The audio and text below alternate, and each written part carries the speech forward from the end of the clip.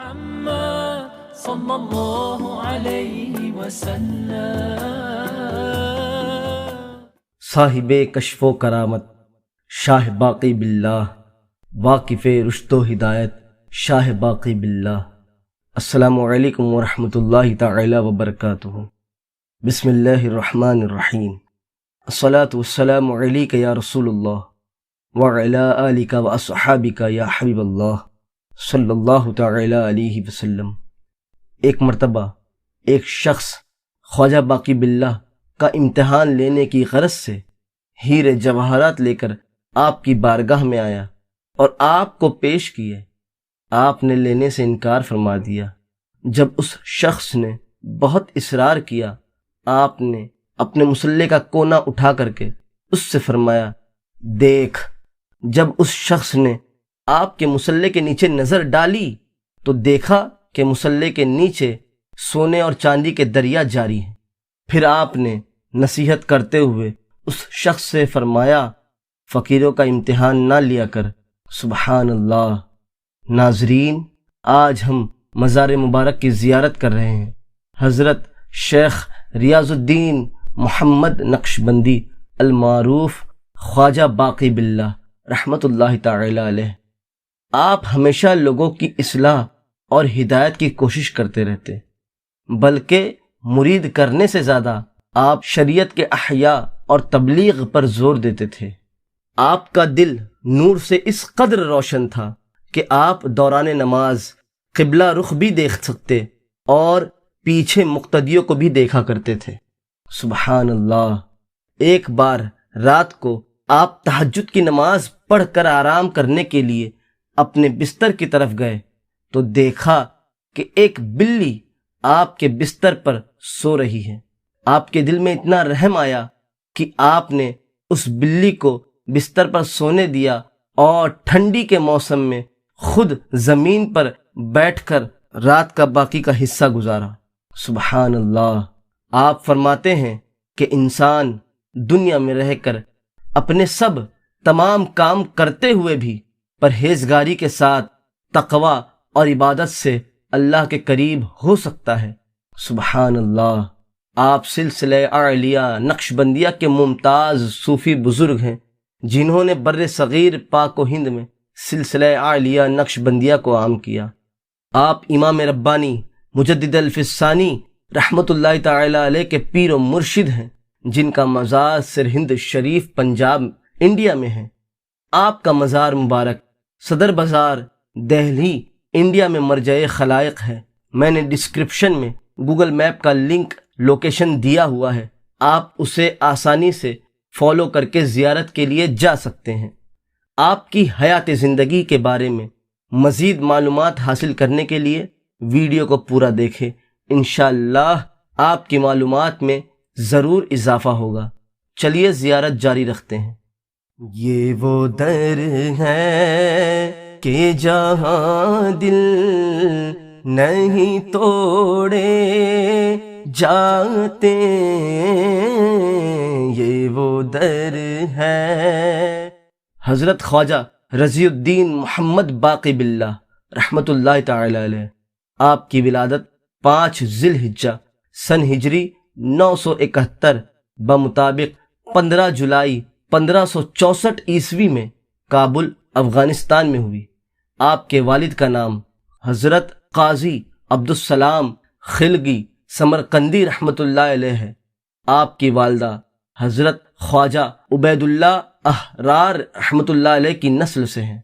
بچپن سے آپ سادگی اور تنہائی پسند کرتے تھے۔ 5 سال کی عمر میں خواجہ سعد رحمۃ اللہ علیہ کے مدرسے میں آپ کی تعلیم شروع ہوئی۔ 8 سال کی عمر میں قرآن شریف مکمل کیا۔ 30 سال کی عمر میں مولانا صادق ہلواہی کے پاس تعلیم شروع کی۔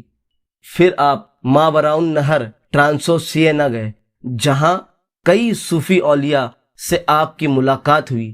پہلے آپ خواجہ عبید اللہ علیہ رحمہ سے ملے، پھر آپ حضرت شیخ سمرقندی کی صحبت میں رہے، انہوں نے آپ کے لیے دعا کی۔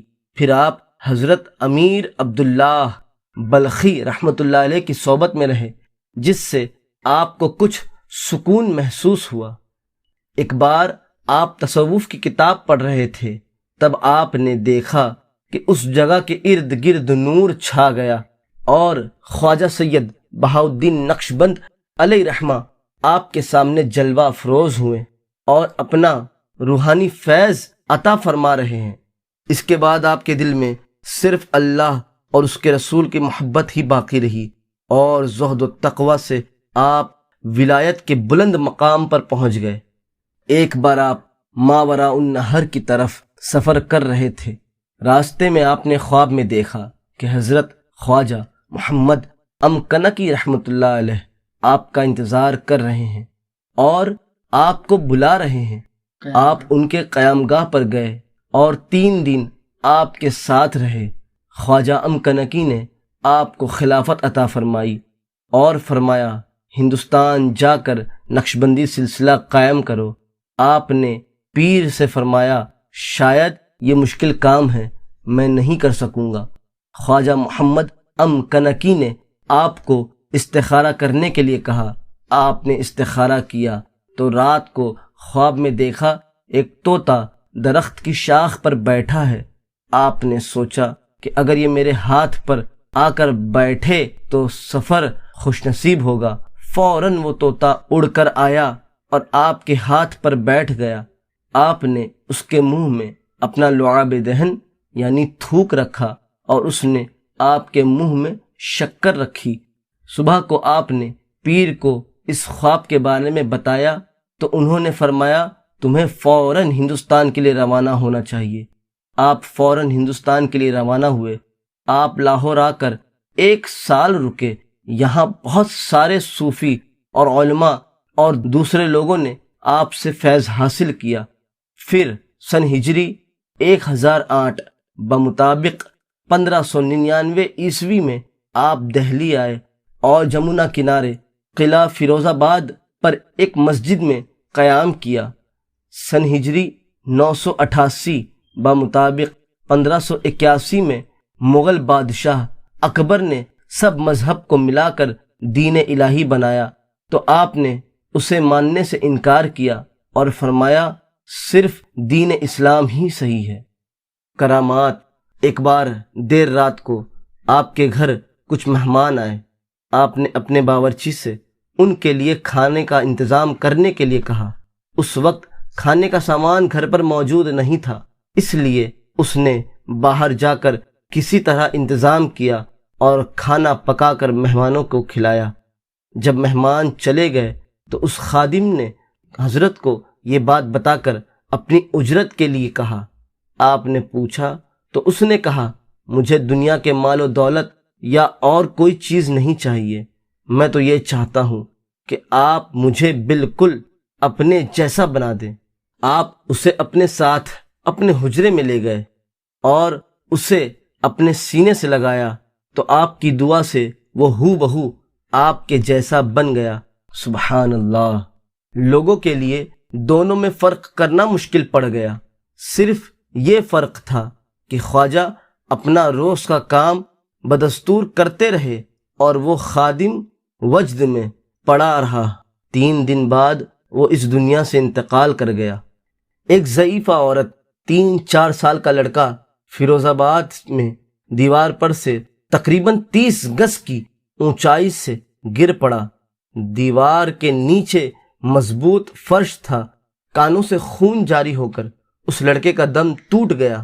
اس کی ماں گریہوزاری کرنے لگی اور بے قرار ہو کر اپنے بچے کو لے کر حضرت کی بارگاہ میں آئی اور آپ کے قدموں پر ڈال دیا اور اس کی زندگی کی فریاد کرنے لگی۔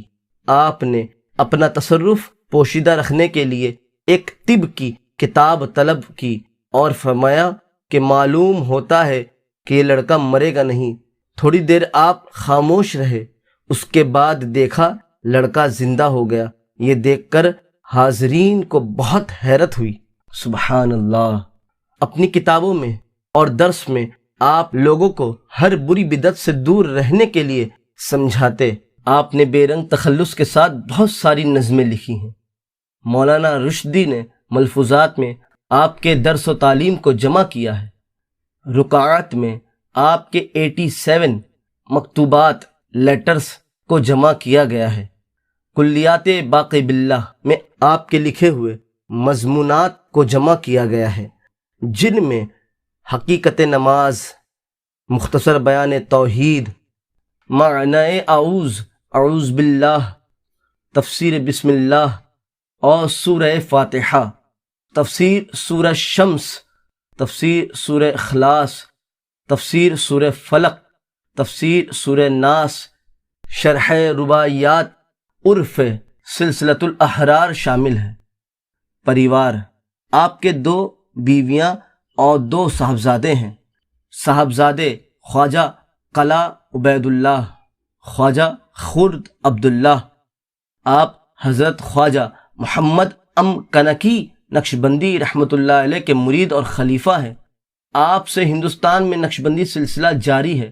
آپ کے خلفاء حضرت مجدد الفسانی امام شیخ احمد سرہندی رحمۃ اللہ علیہ سرہند شریف، حضرت شیخ عبدالحق دہلوی رحمۃ اللہ علیہ، حضرت خواجہ تاج الدین عثمانی سنبھلی رحمۃ اللہ علیہ مکہ شریف، حضرت خواجہ حسام الدین احمد رحمۃ اللہ علیہ آگرہ، حضرت شیخ الہ داد دہلوی رحمۃ اللہ علیہ، حضرت شیخ عثمان جلندھری رحمۃ اللہ علیہ۔ آپ کا وصال 25 جمادی الثانی سن ہجری 1012 بمطابق 29 نومبر 1603 عیسوی کو سنیچر کے روز غروب آفتاب سے پہلے 40 سال کی عمر میں ہوا۔